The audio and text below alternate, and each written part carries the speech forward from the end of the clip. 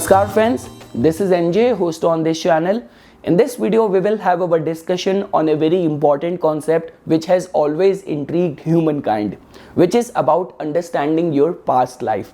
So trust me, the good part about our Vedic astrology is that we have the right set of tools, we have the right set of charts which can give you insight regarding your past life. So the concept which we will study in this video, which is going to give you this idea about your past life actions and deeds, is the D60 chart or the Shashtyamsha chart. So friends, this chart gets formed by making a 60th division of your zodiac sign from the main ascendant chart. So imagine in how much microscopic way you will be looking at the true strength and dignity of your planets. So friends, to begin with, now if you want to understand the features or the signification or information which you get by assessing the D60 chart is, first of all, this chart tells about deep-rooted issues lying in your subconsciousness. Like many times you must have seen all those people whose problems are beyond their means to fix, and they always keep on saying this thing that it must have something connected with my past life actions. And all those people who remain lucky in this lifetime in the form of getting all sort of support, all sort of lucky breaks, some kind of very strong, commendable, unmatched talents. So they also always say this thing that I don't know, it must have some answers to my past life. So what I'm trying to say over here is that looking at your D60 chart can actually give you idea about all the kind of sins, curses, gifts, blessing, talents which you have acquired from the past life. So in short, in totality, D60 chart is a complete consolidated version of your karma, of your actions done in the past lifetime. It is also going to give you this idea, just because you have incarnated in this lifetime, your soul did not get the or attain the moksha, so that means there must have been some lessons which you need to learn in this lifetime. So once you will open up the D60 chart, you will get to know in which particular or specific areas of your life you have to work in this lifetime. So friends, like one thing which I want to mention it right over here at the beginning of this video is that in order to get the right D60 chart, your birth details have to be accurate. Like I highly appreciate all those people. Like many times when I get consultations, I see all those people who have exact idea about their birth time. Like I was born on 8:59. I was born on 12:56. So if you have this accurate details, then only there is a use of working on this D60 chart. If you have a vague idea of your birth details, trust me, it's better not to open up a wrong chart or work on a wrong chart. So I would say that refrain from working on a D60 chart in that kind of situation. So okay friends, to begin with, like I'm going to divide this discussion in two videos. This is going to be the first video, so where we will try to understand the importance of the D60 chart, approach to study this D60 chart, what could be the meaning of all the houses of D60 chart, and in the next video we will take our discussion on this concept much more into detail, where we will also try to understand the deities or the gods connected with this D60 chart. And trust me friends, I only present all those concepts in front of you which has been tried and tested in many charts or in my own personal life. And when I actually looked at the Shashtyamsha connected deities and I applied those concepts and principles in my own life, trust me, I got very beautiful insights which I have already validated through other mediums as well. So okay friends, starting with our discussion. So like the way I was telling it to you that just because this chart is a version of your past life, like this D60 chart, so in any case you have to study it in parallel, in sync with opening up your main Rashi chart or D1 chart and keeping it next to it. So what I'm trying to say over here is that you will fairly get to know that by looking at the D60 chart, if D60 chart is the reason and it is the source, it is the cause, so the main result is this D1 chart, this life. So what I'm trying to say over here is that if you will first look at the D60 chart, you will fairly get to know that what could be the strength areas with which your soul has is coming from.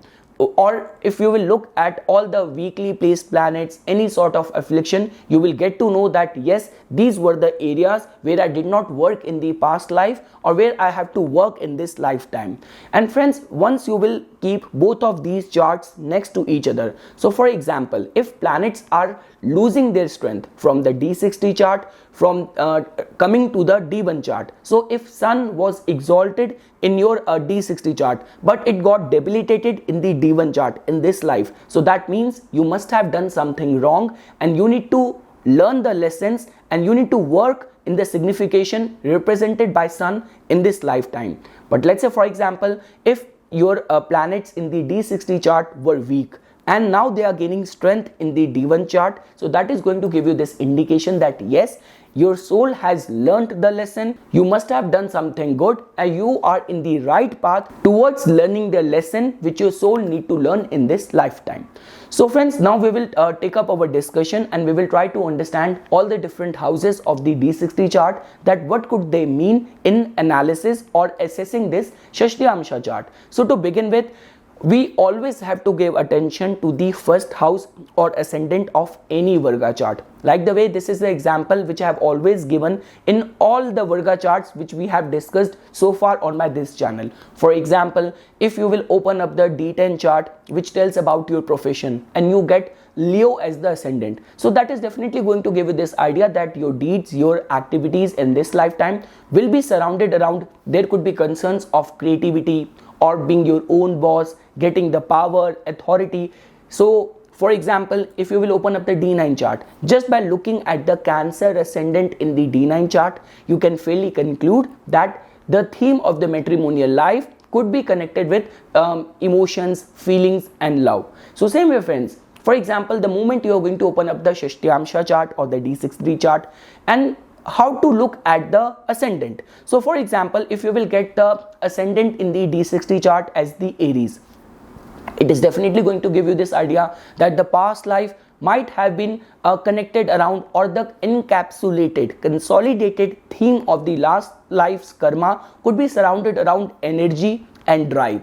If it is coming out to be Taurus, there might have been concerns of stability or finances. Now you have to further do the analysis. If the in the Shashtyamsha, the lord of the Taurus, ascendant lord of Shashtyamsha, Taurus, Venus is losing its strength, so you might have done something wrong with greed, or financial desires might have become a reason for your incarnation in this lifetime, or there could be reason that whatsoever deeds you have done for your finances might be resulting in whether lack or whether abundance of finances in this lifetime. So same way friends, for example, Gemini in the Shashtyamsha as the ascendant could give this indication that past life might have been devoted to learning or your desires. If it's Cancer, so definitely there could be concerns of nourishment, healing, could be concerns of imagination. If it is Leo, past life might have been devoted to power, authority. If it is Virgo, it could be about service, it could be about like anything connected with getting perfection. If it is Libra, the past life might have been or could be encapsulated with relationship or commercial activities. If it is Scorpio, there could have been intensity which might have worked for your favor in the form of dedicating yourself for any of the good causes, or there could have been resentment which might have become a reason for your fall. If it is Sagittarius, so yes, the past life could be encapsulated with righteous deeds or remaining very optimistic, optimism. If it is Capricorn, it could have been hovering around deeds, strong karma, authority, power. If it is about Aquarius, it is all about selfless service. If it is Pisces, it could be hovering around surrendering yourself or completely transcending the reality, or being having that escapist mindset. So I mean to say, just by looking at the ascendant of the Shashtyamsha chart, you can fairly get this idea, encapsulated theme of your past life. Now friends, coming to other houses, and one more thing, whatsoever is going to be the strength of the first house lord in the Shashtyamsha chart, that is going to give us this indication in which area you have worked in the past life. Whatsoever planets are going to be present in the first house of the D60 chart, they are definitely going to have very strong impact, strong influence even in this lifetime. So for example, if you have exalted planet in the first house of the D60 chart, that is going to give this idea about the strong karma and strong good deeds done in the past lifetime. And if you have weakly placed planets in the first house of the D60 chart or debilitated planets in the first house of the D60 chart, so that means that is the kind of inherent weaknesses which might trouble you in this lifetime, where you have to work in this lifetime, the lessons which you have to learn in this lifetime. And friends, when I say lesson, that is very simple. If it is about Saturn, Saturn in its essence means service and hard work. Sun is all about that kind of transcendental knowledge to meet and align your soul with the Paramatma. So that is the kind of essence and pure knowledge which can be attached to all different planets. So now friends, coming to the second house of your D60 chart. So definitely it is going to tell about the concerns of values and finances in the past life. And just by a thorough scrutinization of your second house lord in the D60 chart can definitely give you this idea about the matter of finances in this lifetime. A strengthened second house in the Shashtyamsha chart is going to help you, support you for your financial materialistic desires in this lifetime. A weakly or badly afflicted second house in the Shashtyamsha chart might give you poverty, might give you all kind of struggles and all kind of desires and dreams regarding financial attainment.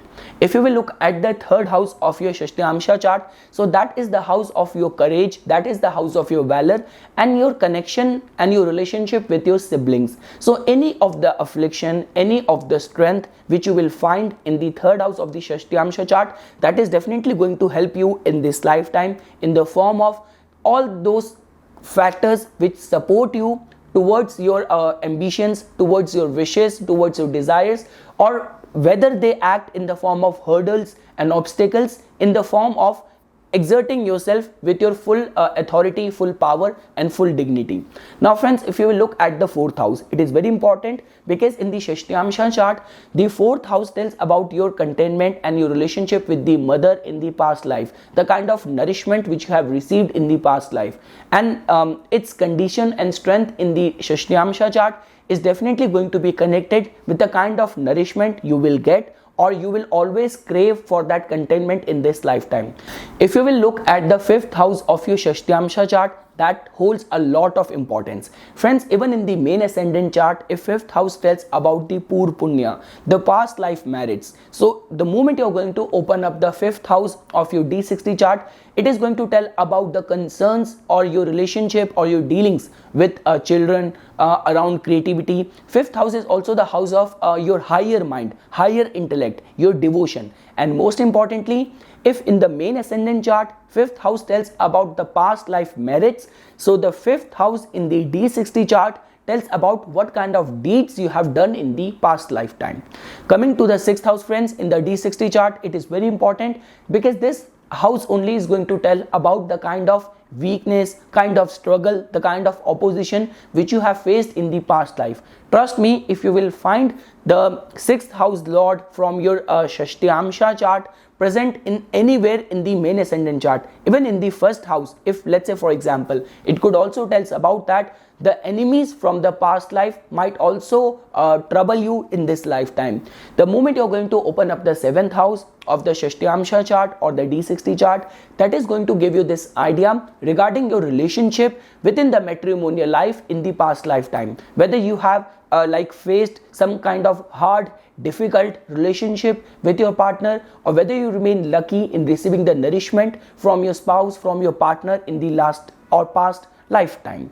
Moving ahead, friends, now 8th house also holds a lot of importance in the D60 chart because it is going to tell about the inherent weaknesses which you faced in the past life. It is going to tell about the sins which you have done in the past life. So trust me, if you're going to have the concentration of the planets in the 8th house and they are not well placed in the Shashtyamsha chart, so that is definitely going to tell you about that yes, these are the areas where you have done something wrong which you have have to go through redemption in this lifetime regarding the matters connected with those planets. But let's say, for example, if those planets are well placed in the 8th house of the Shashtamsha chart, so that could also tell about that yes, you might have devoted yourself to samadhi, towards gaining spiritual powers which are beyond the understanding of the rational material world.